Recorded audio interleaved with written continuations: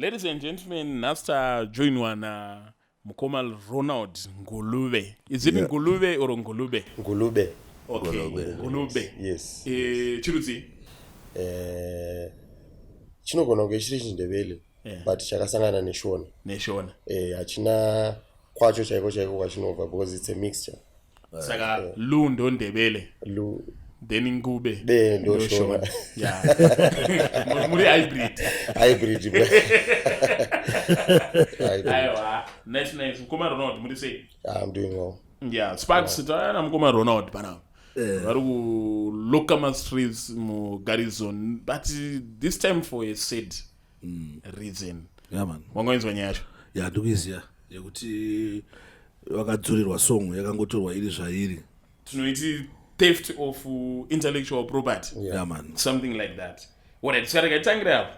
Who is Mr. Ronald? Ronald says amungoona mutema akatongosvikawo kusviba kuti muafrican akazara atoriwo nendebvu dziripo. So I'm a gospel musician. I'm a born again Christian. I'm a businessman as well. All right. I go to Heartfelt International Ministries under Apostle T. Utabwash. All right. I sing under Heartfelt Music Ministry.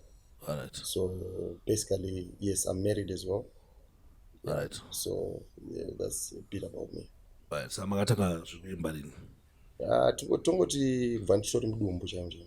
All right. Because zvemusic zvinhu zvakango takatongokurawo mazviri. Ndakatozoshamisikawo ndakutoona ndichitogona kuimba. Zvinhu ndakatongozvarwa nazvo. All right. But kuzotanga kunyatsoimba chaiko machurch muchiita maitem muchidi and starting to write my songs utoona okay.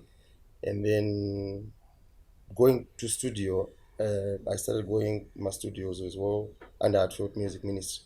All right. I think first song Andagaita was You Lord My Disease under Heartfelt Music Ministry. It was a worship song. All right. And 2002. That was 2014. 2014, yes, under Heartfelt Music Ministry. Dovadazo recorder as well under Heartfelt Jesar Kutonga. All right. Yeah, it became it's like a national anthem. Yeah. All right. Zigo. Nenyaya yekuti tisanotendere nyaya yati kunyatsoda yachaya kuti tinyatsonzwisise inyaya iri pachena iri pasocial media yekuti pane song yenyu yakabiwa ikarekodwa. Song makayirekoda rini? 2016. 2016. Yes, I recorded the song 2016. Ndipo makarekoda song. Yes. Well, kusong yakazoita ya paradise because maona ndaita ndichitresa nyaya yacho imakarekoda 2016 then 2020 paradise achibva arekoda ari ega bva yatadza kufamba bva yazorekodwa 2024 naMadam naDenzel. Ndakarekoda 2016 neDiamond Studios. All right. And then ndobva tailauncha pamachova like gorera kupera kudai tinoita anozi mamachova services machova night church. All right. So we launched the song there tikatotengesa macd mapondopondo. All right. So song yakabva yatanga kufamba. And also we do my crusades church kwedu. So I normally sing zvakanyanya kuchurch kwedu kuHeartfelt ndokwandonyanyoimba zvakanyanya. All right. So we started singing that song, my crusades, even my church services. A lot of musicians they come. So I think Dopa akazowana access nayo. I wanna access nayo. Ndova tatombata tikati iwe song yangu kaini, why are you recording it? He was very adamant, very ignorant. Isatizogona zokuchinjana mashoko because of also my commitment business side. All right. I didn't have much time kuswera chitendera naye. All right. Yeah. All right. Ukibata Zigo kutora manam. Ndikibala. Yakudzi song yakangotorwa zvairi ichibva yatomborekodwa. All right. Imi mukama wenyu na paradise wakamira sei? Andakama naye. Kuwirirana kwenyu. Andina kuwirirana naye kwandaita. Bozi ndichiona post yakapostwa inganzoni song yakaimbwa naningi but yakanyorwa style ranga riripo pana writer. Unoona because of the heat now that was on social media, these people started changing things. Because vangu vakuona kuti kwane pressure itaurwa nevanhu because a lot of people know me singing from my church. Alright. Yeah, so because of that hit now ndopakatanga kuita machanges paunzi Ronald Ngulube nei, but I wasn't aware and ndina contract yandinawo naye chatakanyurirana kana chatakataurirana pano. Alright. Nekukura kwakaita achida kuti ane zvaDenzel because Denzel tozvati unhu hwake kungoba masongs evanhu achivaimba hatisati ane zvake but nekukura kwaita brand ziguse because Denzel masong ake mazhinji anongoita sekungodzora obva ngomaimba futi munhu wemakavha ndakaona akambonetsana naHoly 10 yose edziwewo panyaya iyoyo. ane imwe song ufana ndotoona ndotofarira yake yakaimba song yamaicharamba nababa charamba imene ati ndikutumirei mama ona saka utori unhu hwake but now nieda kudzoka pana Madam Boss nekukura kwaita brand rawo nekufunga kuti vari professional zvelevel racho vanotaura vaita manager professional havana kubva vambokubata iwe here even after nyaya yatanga kutaurika kuti song ndeyekuba. I called them like handisi munhu wesocial media zvakanyanya. Alright. So when they released even before I was called by Denzel wanoenda kwa Prophet Elijah. Alright. I was called by Evangelist Mapuranga. Alright. Shekeli, can you send me Getaway? Because when we released the song Pastor Mapuranga wakamboenda nayo kuStar FM. Alright. Kuti iwane airplay. So he knew the song because he was pushing it hard. Then because of work I was busy. Vandaona pressure yanyanya ndati okay, let me just send them. Ndo ndawatumira song. After some minutes ndo ndafona na Prophet Elijah. Zvikanzi handine mwana wangu panapa anonzi Denzel. Song yekuti Getaway ndeyani. Ati it's my song. Ndindakainyora. Zvikanzi ko Jaden ari kuti ndeyake sei yakambouya kwatfeu akaimba ndikati I don't know about that. But song ndeyangu, I'm the one who wrote the song. Everyone knows the song is mine. And then she said, no, it's fine. We'll let you know. Right. That was before I engaged. Daushika pa naMadam Boss. Engaged. Right. So it was, I think, on the 10th or the 8th of December when I received the call. Then on the 14th, my wife then saw the video post, Madam Boss naDenzel. Right. And then she's like, ko baby wambona song yaku iri kutotrenda pana WhatsApp. Song. So I ignored it. Let's just leave it. No, it's high time now you speak up because these people are just going to take advantage of you. So I called the management, Madam Boss. All right. Look, I'm Ronald Ngulube, the owner of that song. Please kindly remove that song. It's okay. And then that was that. And then you understand? You want to know my song aDenzel? No, I don't know for song aDenzel. No fire the song baba charamba yakamboimbwa naDenzel. Exactly. Yakaimbwa ndakabiwa naDenzel. Yakabiwa naDenzel. Saka kuenjoy ama process of theft chi.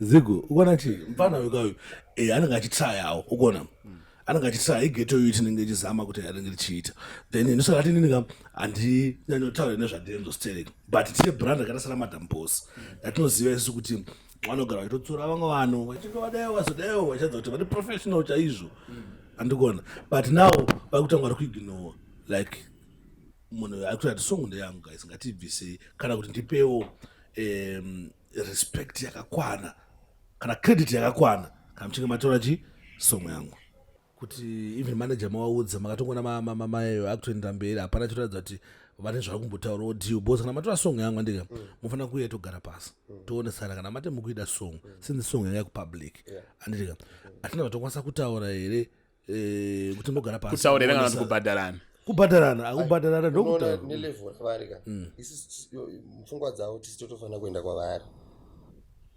like even ukatasa post yao ndeyekuti uya tiuiso line rako pasong yangu inini song ndeyangu but ndofana kuenda futi ikoko urikupona ndonesa line rangu inini pasong yangu you are being invited to I'm invited to my party ndositengera ma gifts angu you know ndovadana celebrate as well.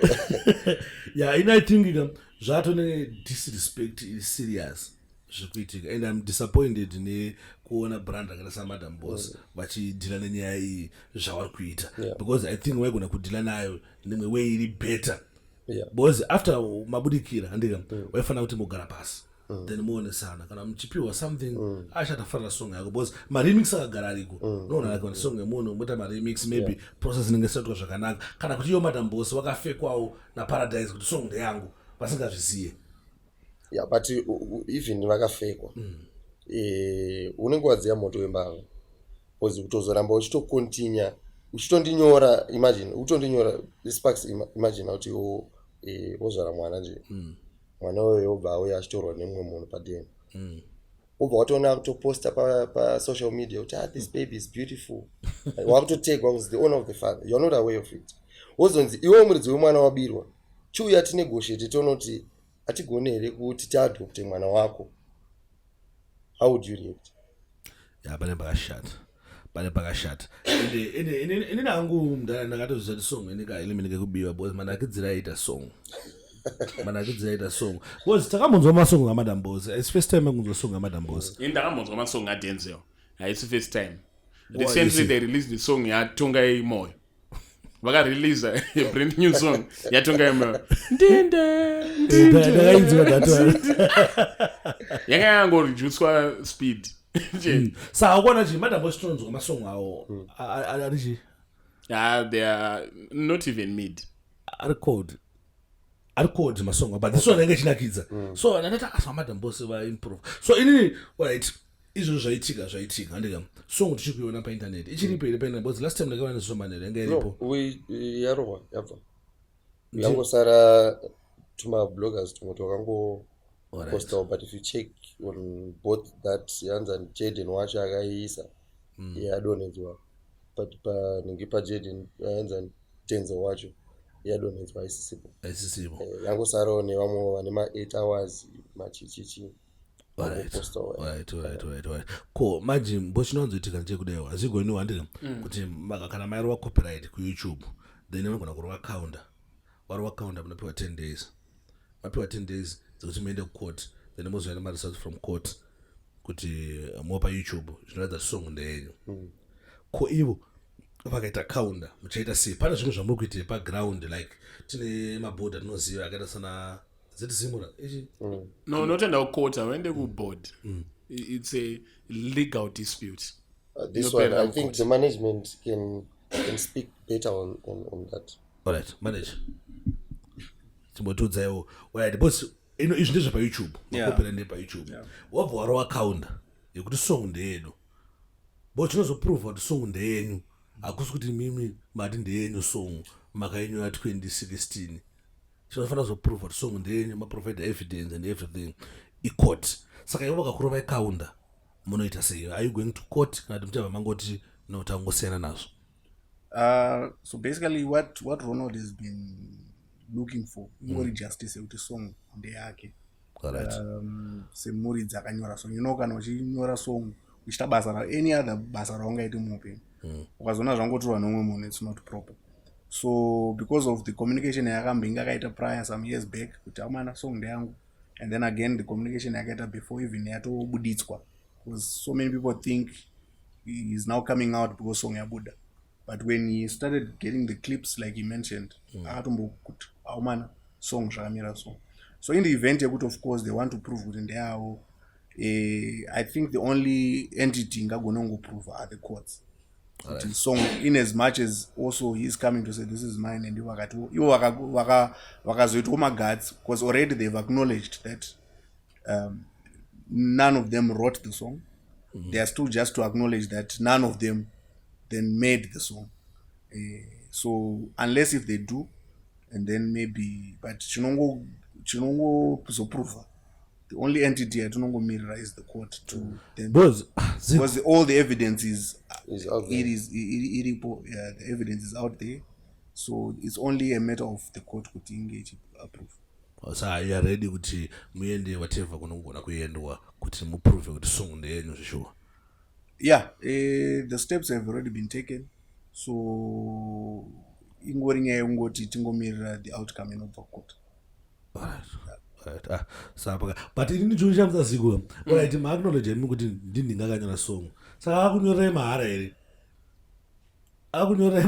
akakuitirai sei hamuna zvamukumboita kuti writer muri ngoti akangokunyorerai bva mangoenda I think havane pari because you find kuti haisiyo yega song yavanoimba yangu song inonzi Jesu anotonga ifino Jesu anotonga mai it's a jit song pa akatonzi adedzwa izvi kuchechi kwemunhu munhu adedzwa kunzi aimba. That's the first song he sings. Yeah, Paradise. Both of them. If you check on Facebook or on YouTube, they sing my songs. It's very unfortunate sometimes because of work commitment. Time to follow up. You know, it's all about respect that we are here for. We are not looking for money or to fame. We just want justice. That's all. Because paunotonyola song paipai pamuoneka kuti une situation yaunenge watopinda mairi ubva wanyora song wozonzwa munhu akuti ndandine situation yandakapinda muna 2020 ndambopinda imwe situation epapinda futi ukawana the same lyrics dzandakawana same instrument but vanhu vanotya Mwari here because a gospel song I think if you are genuine you are singing that song to the Lord. The Lord who discerns the heart vanonzvera ichonechi nemoyo oyo ubvati Mwari ndikukuimbira isong ikai ndakainyora ndapindana nedambudziko rakati knowing kuti Mwari ari kuzvizwa song haisi yako iwe chizoti wakaidownloada. It's not fair. Without wasting much of the time we just want to listen to the song. Let us start with a song yakareleaswa yacho.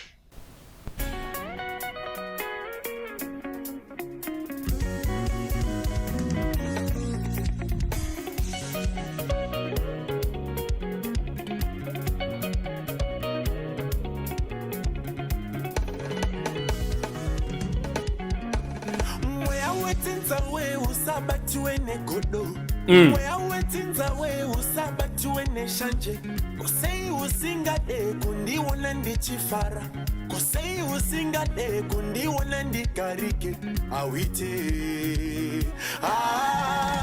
get away imivetsinza we musabatu ene godo imivetsinza we musabatu ene shanje kosei musingade kundiwona ndichifara ndo pati yaDenzel.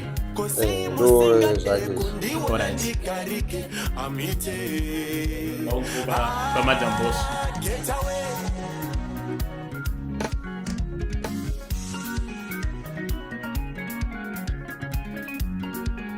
And mati munopinda Heartfelt. Yes. Ndo pairidzwa na ndiri mwana muapostora. Yeah. Mamuri part of that crew. Yes. I can feel that feel. Tisuka vanhu vacho. Alright.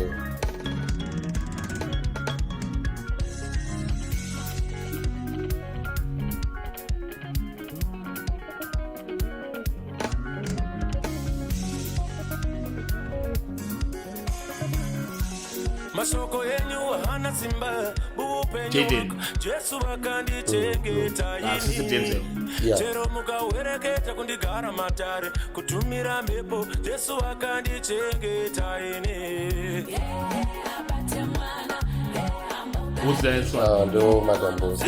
Madam Boss anemeso yo nyumweyo iwe masoko yenyu hana simba bupenyu wangu yange ajuete man. chero mukawereketa kundigara matare kutumira mhepo Jesu wakandichengeta ini. Alright, I think we can now go to him. To him. takamudza masoko aMadam Boss before man. Takamudza.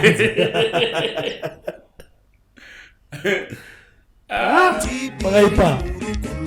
Kuna mukuru kana kuti mudiki toite zvatinoda. Chiboita chimbere tizwe.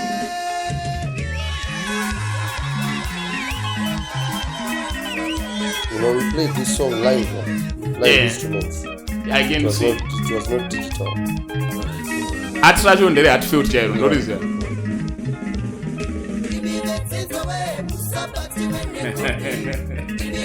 Amina uzwi. Na uzwi kumele baba banize bakala. Ndiko copy and paste.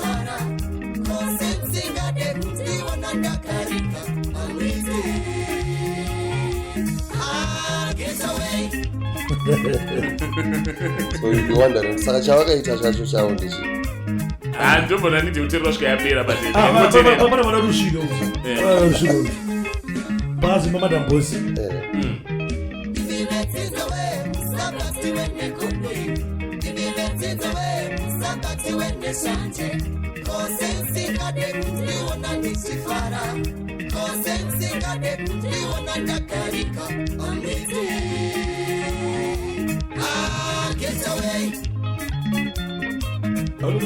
abate mwana chichinyatsota pakashata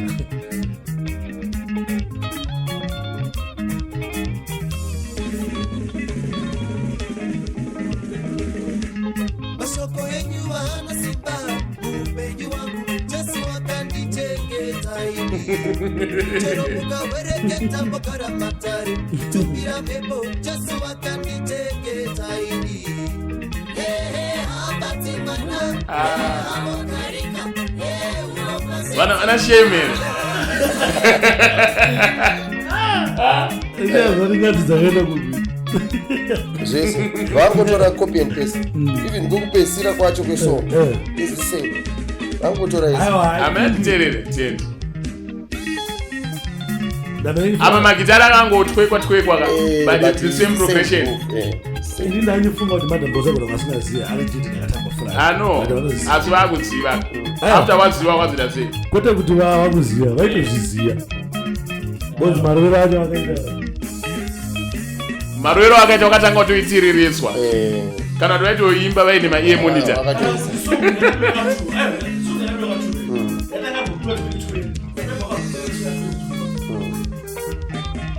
aiwa hande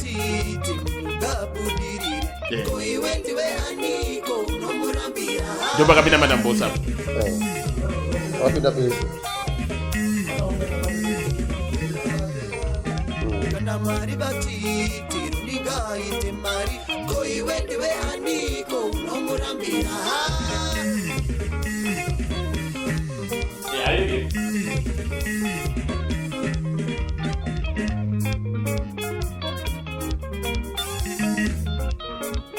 muziva kurwadza kunoita resa so kuti majeka aya abude zvibude zvakadai munozongouya mangwana kuti ndichangu ko mari dzatakabhadhira ko mwana nemagitari apa wakomana vanenge vachiridza 1-1 ka change taziva tira kuri kubuda kasikiri kaya karikuitwa futi nevanhu anonzi naJose Sax vanotora masongo ana macheso ana demba nani obva wati anotokuita Legends Night vachiridza masongo ana macheso hazvisi nani chichiri nani zvinobva zvanguva pachena hapana manomboita pfungwa yekuti no songo ikai ndeyawo hapana manomboita kuti songo ndeyawo baba songo inotedzera zvakadaro hazviri nani but it's theft chionesa kuti kona isusu ena unoperforma song yaChris Brown izvezvi wobva wati honoring Chris Brown woiposta paYouTube uone kuti zvinofamba sei kana wagadzira Nike bhutsu yakanzi Nike woti honoring Nike theft of intellectual property. Of course it is. Ndakamirira kunzwa paMadam Boss.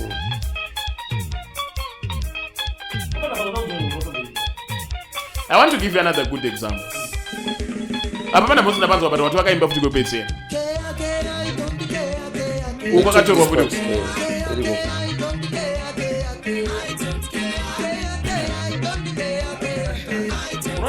We've got practical examples in the music world yezvinhu izvi. Anditi. Burna Boy akasampla only a sound track. Ya mukadzi anonzaniwa. I'm forgetting name remukadzi ye. And arunza anenge akadya something like 30% pasong iyo. Anotora ma voice. Anotora chi. Angotora ka tone kaiplay akaruma shure. Zvafanira kuti ukanotora kuti oi anditi wopota mbati ndiri kufamba ndiri mu street ndichidi anditi but this watotora pa no matter what you do anditi you are going to pay for that oil and probably you are going to pay more than ji manje avakadotora song yese ndinonzi full copyright ji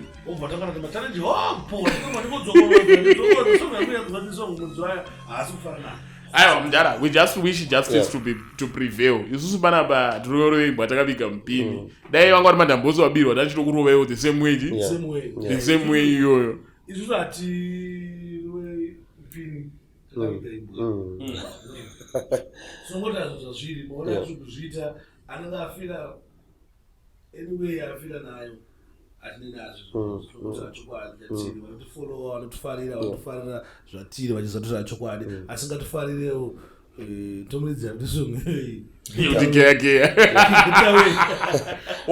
tichivhara interview yedu munharo imimiwo as a musician and all things work together for good to those who love the Lord if you love the Lord so hamuna maprojects amakatirongera here musangoita mubirwa like I mentioned I sing under Heartfelt Music Ministry. I'm already a recording artist under Heartfelt. We recently released a song Ndaona Waita Marino Chikisa. And also we have other projects that we are working on for next year. And I'm sure as an individual I'm also going to be releasing other songs like I've been doing before. I've just been releasing songs, so definitely there are going to be more songs coming. There are going to be more recordings that I'll be doing next year. Alright. I think the last question I'm going to see so because I mean no one has done so I'm going to succeed but I think it's on a gospel apana relation it kuone similar exactly awana mama makaistona awe here awana zvanokwanisa kuitawo here kana masituation akaita ngeaitika ekuti pane natokubira song yako zvitori pachena.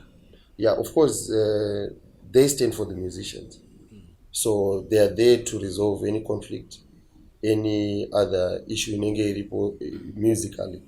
They are there and we also have engaged them on this case. I'm sure the legal department is also doing, they are working hand in hand with them. Because most of them, we have a team that we work with who handle that area. So definitely, the truth is they are handling the issue. And the next time, Sparks of Vonzano is more spokesperson. Wow. Kuisa munabirwa pakona.